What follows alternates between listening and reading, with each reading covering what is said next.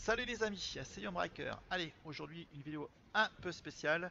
Voilà, suite à la demande d'un suiveur que je salue, je vais faire un deck, enfin une vidéo à savoir comment construire un deck hein, et comment se servir des ordres ou des éphémères si on parle Magic. Alors, je vous ai préparé un petit jeu. Voilà, alors, on va pas faire un cheval de course en une seule vidéo, hein. Là, on va démarrer au niveau sergent, je crois, hein. Donc déjà, si au niveau sergent il marche pas le deck, faut pas insister, hein. Là, c'est que là, faut refaire grosse refonte du deck, hein. Mais voilà, je vous conseille pas non plus de démarrer commandant, parce que là, c'est déjà un niveau assez élevé. Voilà, faut démarrer gentiment, sergent, lieutenant, c'est bien, et on avise derrière. Alors, la feuille de route pour bien réussir son deck, pour moi il y a 4 points essentiels. Le premier point c'est déjà établir une stratégie, choisir des bonnes nations, des nations qui peuvent être complémentaires. Donc là j'ai choisi la nation russe en armée principale et les alliés ce sera les Anglais. Je pense que ce sont deux nations qui se complètent bien. Et ensuite, on établit donc une stratégie. Alors, qu'est-ce qu'on va faire de ce deck? Est-ce qu'on joue aggro? Est-ce qu'on joue mid-range? Est-ce qu'on joue défensif et des tanks? Donc là, on sera plus sur un jeu tank, défensif. Alors, on aura des unités assez balèzes. hein. Euh, voilà, celle-ci qui est intéressante, je trouve. Pour 4, c'est une 2-7, sachant que à chaque fois qu'elle subit des dégâts, elle gagnera +1 en attaque. On aura également des tanks qui auront blitz. On aura celle-ci, une 5-7 pour 5 qui va invoquer un tank blitz. On aura deux tanks, deux T34-85 voilà, en deux exemplaires.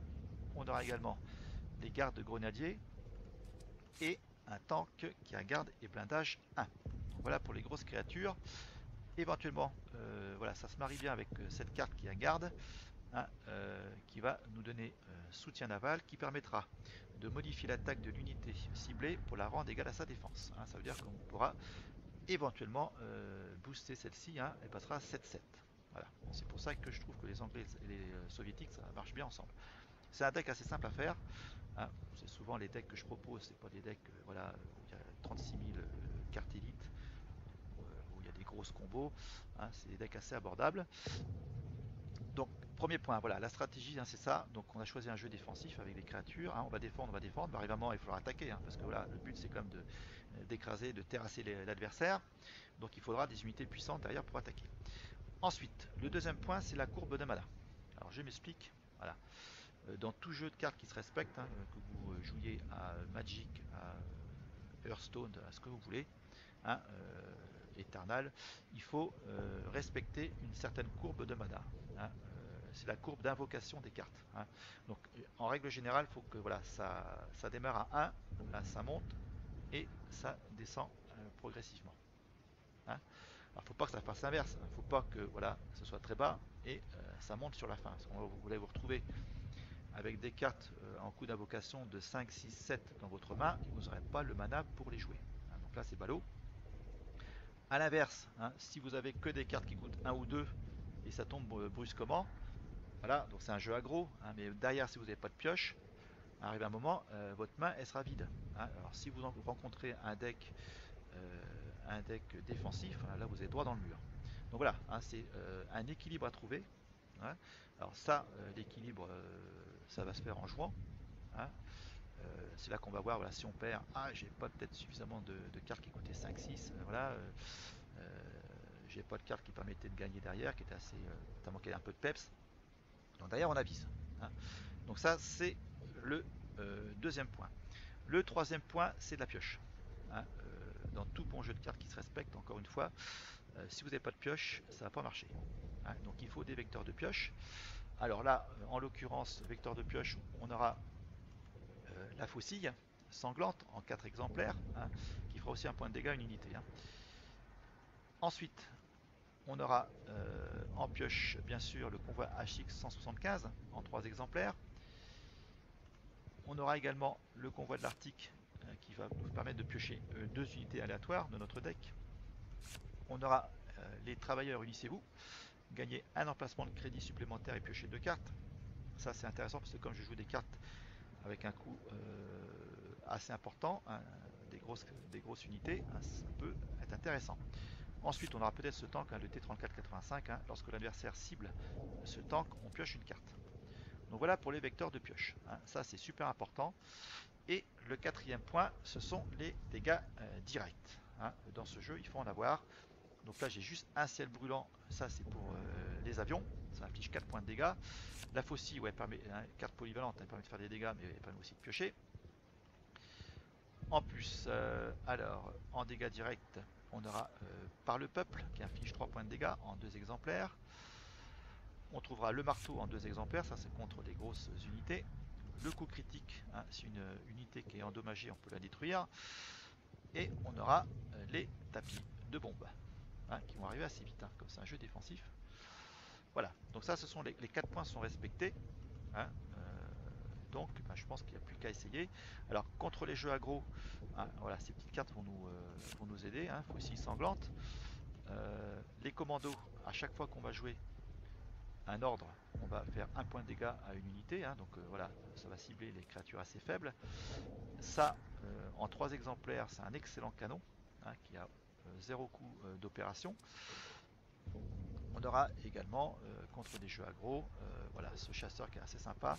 Ça permet aux unités terrestres ennemies de ne pas attaquer au prochain tour. Hein, ça va le freiner. Et voilà, je pense qu'on a fait le tour du jeu. Voilà. Hein. Ah, écoutez, allez, on lance une petite partie et on va bien voir comment ça se comporte. Hein. Donc voilà, je répète, on va pas en faire un cheval de course en une seule vidéo. Peut-être que je ferai une deuxième vidéo pour jouer un petit peu plus. Donc à chaque défaite, il faut tirer les enseignements, faire des constats, qu'est-ce qui n'a pas marché. Le but, hein, c'est de trouver un jeu assez polyvalent, hein, c'est tout le, voilà, c'est tout l'intérêt du deck building, hein, trouver un deck qui réponde à peu près à toutes les stratégies, hein, que ce soit des decks aggro, mid-range ou défensifs. Ok, alors là, on enlève, on fait mulligan de ça. Donc voilà, hein, vous voyez, hein, qu'en respectant la courbe de mana, hein, on est à peu près sûr d'avoir une main de départ relativement jouable. Hein. C'est pour ça qu'il faut la respecter. Allez, donc le commando, on va en jouer un. Alors l'inconvénient du commando, c'est qu'il est très... voilà, face à une faucille, hein, c'est mort. Hein. Voilà, c'est ce que je disais.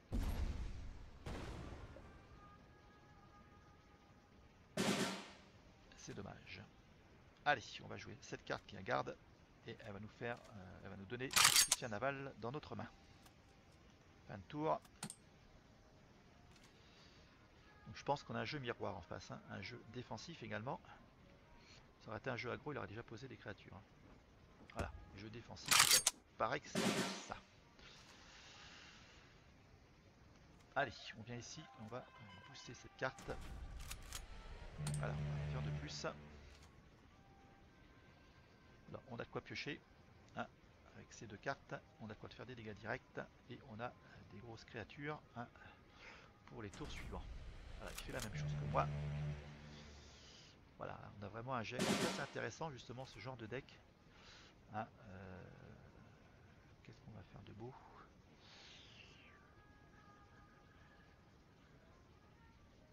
Qu'est-ce qu'on va faire de beau? Alors 4, si je fais 1, 7, ouais, je vais jouer une faucille. Non, je vais pas jouer une faucille, je vais jouer ce tank. Voilà, hein, ce que je disais, hein, face à des jeux miroirs, c'est toujours instructif. Hein. Ça permet de voir si on perd. Bah écoutez, ça peut peut-être donner des idées. Hein. Lui en face, il a peut-être des meilleures cartes que moi, une meilleure combo. Donc voilà, c'est toujours, il faut toujours en tirer, hein, malgré la défaite, des points positifs. Ok, donc là ce qu'on va faire, j'ai 6. Allez, je vais pouvoir le zigouiller lui. Voilà. Et voilà.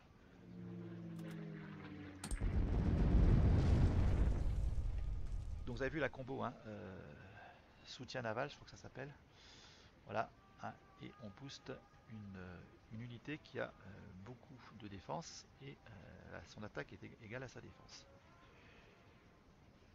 C'est pour ça que les jeux russes anglais fonctionnent assez bien. Là, il en garde. Ok. Et ok. Il est méchant. Méchant, notre ami.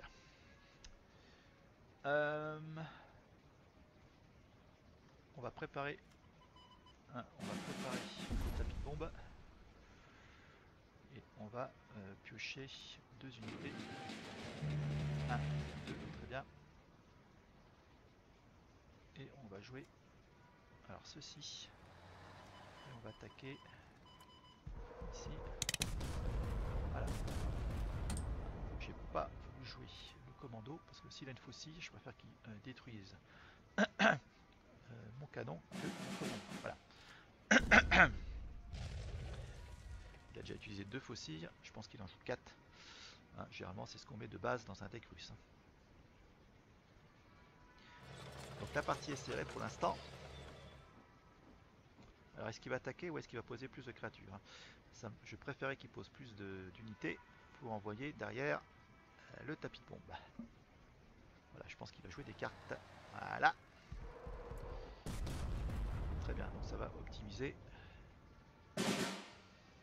Ok. Allez, c'est parti, tapis de bombe.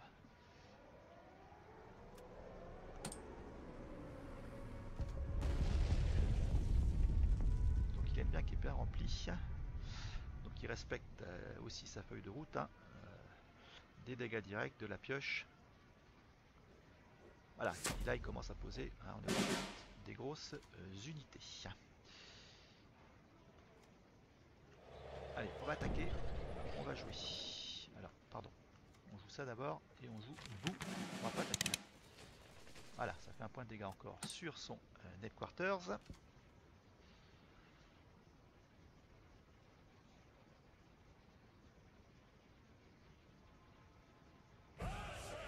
Ok, il booste cette unité. Très bien. Là, il faut être vigilant. J'espère qu'il a rien pour détruire mon tank.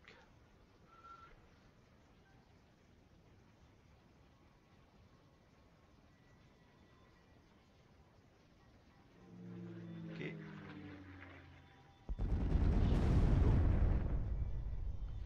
Ok. Alors, ce qu'on va faire, les amis, déjà on va attaquer, ça c'est sûr. Il me reste 8. Ah, il me manquait un et je le tuais. Mais bon, c'est comme ça. Qu'est-ce qu'on va faire debout? Ah, ça m'embête un peu en fait.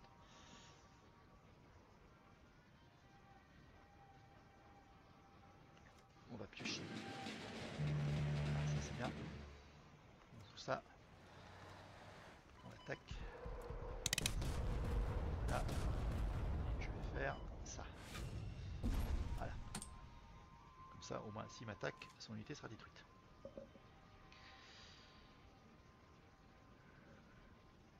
Bonne petite partie, les amis. Alors. Mon char. Ok, bon, bah, derrière, je peux me débarrasser de son unité. Hein. Le coup critique, c'est quand même intéressant parce que justement à ce genre d'unité. Ok, ça c'est pas grave. C'est pas grave, façon de parler. Ok.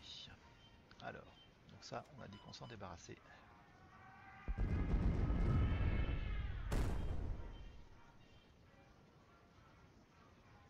Je joue ça.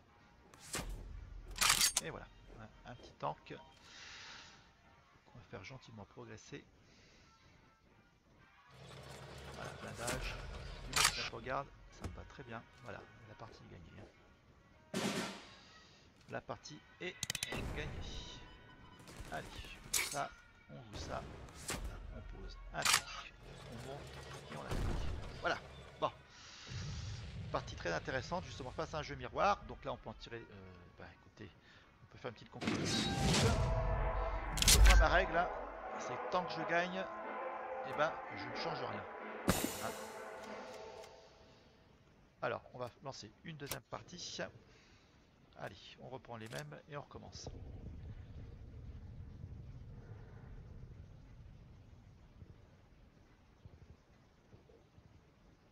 Alors, je ferai certainement une deuxième vidéo hein, pour voir un peu comment ça évolue tout ça. J'ai peut-être rejoué entre les deux vidéos et éventuellement je vous expliquerai les changements que j'aurais fait. Voilà, donc là, je vous ai dit, hop, on garde courbe de mana, main de départ, jouable. Alors, tu me posais des questions là sur les ordres. Hein, alors, pourquoi ça te pose problème de jouer des ordres hein, bon, c'est comme jouer un éphémère en fait. Hein, hein, donc voilà, si tu peux préciser hein, juste, hein, voilà, ton ressenti, euh, et on en reparlera dans la prochaine vidéo. Alors, on fait rien.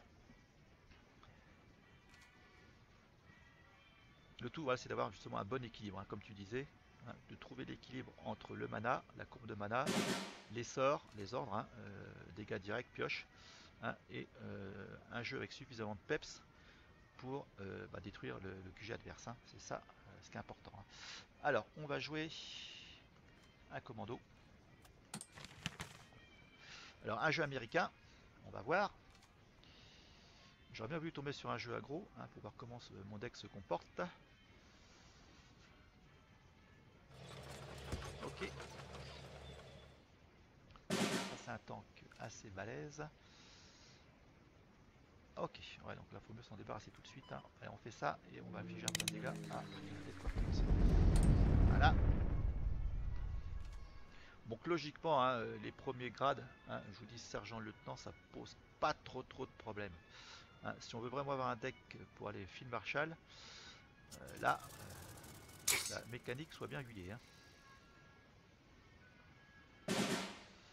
Alors, donc lui, il fait quoi? Ah oui.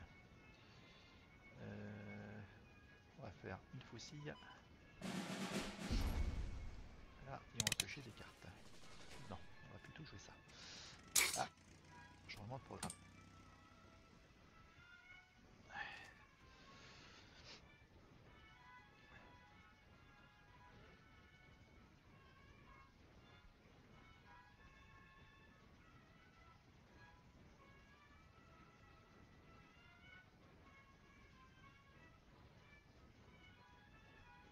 Allez, délice. Ok, alors ça, ça a continué, je crois. Voilà, quand une unité. Voilà, donc voilà, c'est pas courant de faire venir un chasseur en plus. Mais pourquoi pas? Pourquoi pas? Pourquoi pas? Qu'est-ce qu'on va faire de beau? Ouais.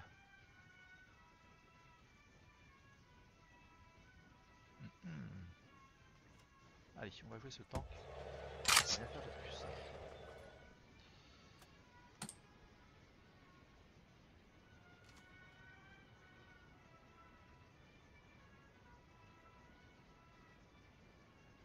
J'aurais préféré que ce soit une unité avec garde. Mais bon, tant pis. Bon, il a blindage. Voilà, épée de samouraï, c'est bien joué. Par contre, il a utilisé tout son mana. Allez, je vais pouvoir détruire son avion. Voilà, c'est bon. Hop, on attaque ici. Et on attaque là. Là, on va gagner un chasseur. Et on va jouer une fusille. Ok. Et éventuellement, on va rejouer encore un coucou. Voilà. Bon. Alors, l'inconvénient, oui, c'est que ma ligne est pleine. Oui. On va voir comment ça se goupille tout ça. Patience, patience. Hein. Mais bon, arrive un moment, il faut aller, il faut attaquer. Voilà, je vais perdre une unité. Voilà, au moins, j'ai gagné de la place. Il voilà. Faut voir le côté positif de la chose. Ok. Bon, ça c'est pas good.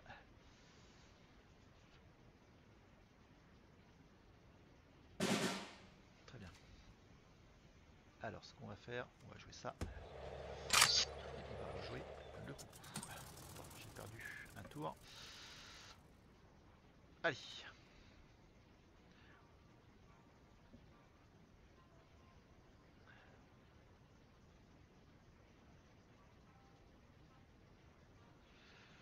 Donc on a des dégâts directs de la pioche, des grosses unités.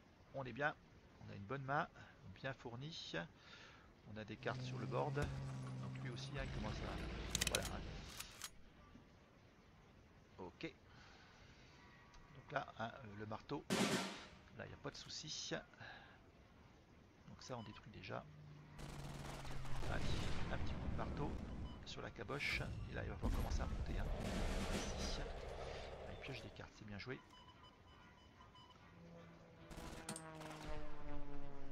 Les Américains, c'est un petit peu comme les Allemands. À un niveau pioche, il faut faire gaffe. Il faut avoir la ligne de front. Hein, grâce au Sherman, on peut piocher. Et grâce à cette contre-mesure, hein, c'est un ordre, je sais plus, hein. C'est pas mal. Hein. Ok. Là, lui, il garde. Dur. Dur, dur, dur. 4, 5, 6, 7, 8, 9. Ok, donc je vais pouvoir jouer ça. J'aurais préféré avoir un... intéressant. Je vais faire ça. Et je vais jouer ceci. Voilà. Alors ce qu'on va faire, on va attaquer. Et je vais jouer bout. On va pas attaquer avec ces unités terrestres. Voilà, donc il ne pourra pas utiliser le régiment de Mito.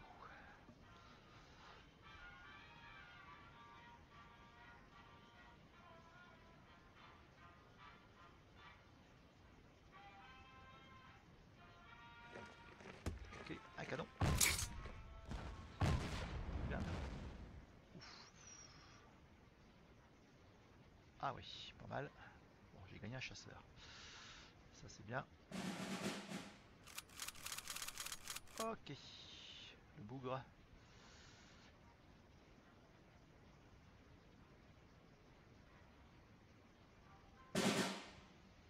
Non, il va manquer un point. J'ai envie d'attaquer ici. On va jouer vous. On va attaquer là. Et on va... qu'est-ce qu'on va faire de vous? On va piocher des cartes. Ok, tapis de bombe, c'est bien. Allez, fin de tour. Ah, le tout, hein, je voulais pas qu'ils prennent la ligne de front. Parce que j'ai envie de jouer ça aussi. Hein. Aïe, dur. Il ne peut pas attaquer, mais il peut dépasser. Ouais. Ouais, ouais, ouais.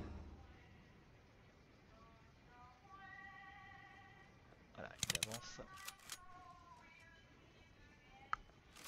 Il avance, il avance. Bon. Ah, il me donne du fil à retordre. Soyons sur nos gardes.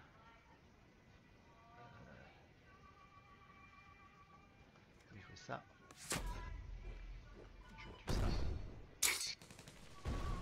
Je vais jouer ça. Et je vais lui mettre... Ah, j'ai plus de mana. Bon, tant pis. Allez. Donc là, on va jouer un tapis de bombe au prochain tour. Hey, détruit une unité élite. C'est pas souvent qu'on voit cette carte. Voilà. Alors là, je pense qu'il va attaquer. Ça va. Il va passer à 3 et le tapis de bombe va le terrasser derrière. Aïe, dur.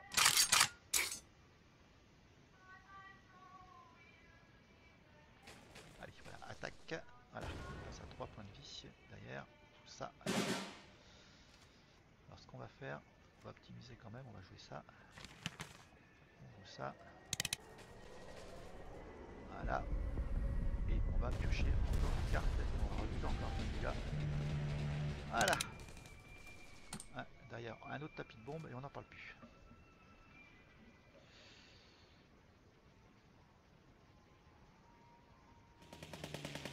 Ok,